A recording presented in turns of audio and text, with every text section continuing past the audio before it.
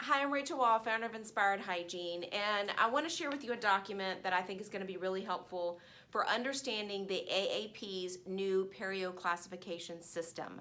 So in 2018, the American Academy of Periodontology released this brand new Perio classification system, and we are busy training our clients and making it easy for them to implement this. This is a really great document. So we're going to put the link here for this website so you can access that.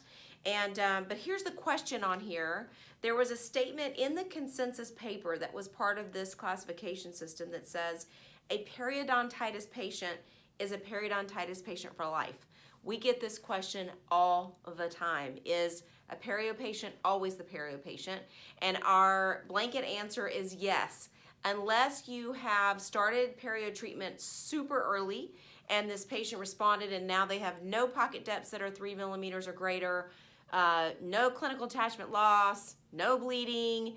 If that were the case, maybe they were not a periodontitis patient to begin with. Maybe they were gingivitis.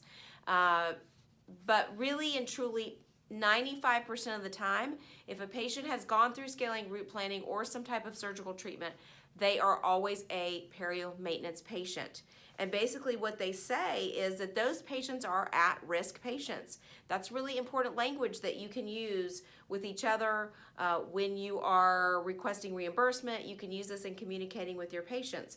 And they are at risk because those patients require a more intensive level of maintenance and evaluation than a patient who has not had periodontitis. And those patients, even though they might now be stable, and remember, stable means they do not have active infection, right? Just because they've had the same 5 bleeding pockets for 2 years, that does not mean they're stable. They have active infection. But if these patients truly are stable and they do not have active infection, they still should not return to a level of evaluation and maintenance that is identical to a patient that never had periodontitis. So I really encourage you to check out this frequently asked questions about this new classification system.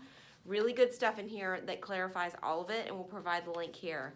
Would always love to support you in this, integrating this into your practice. Just reach out to us at inspiredhygiene.com and ask to speak to a program advisor.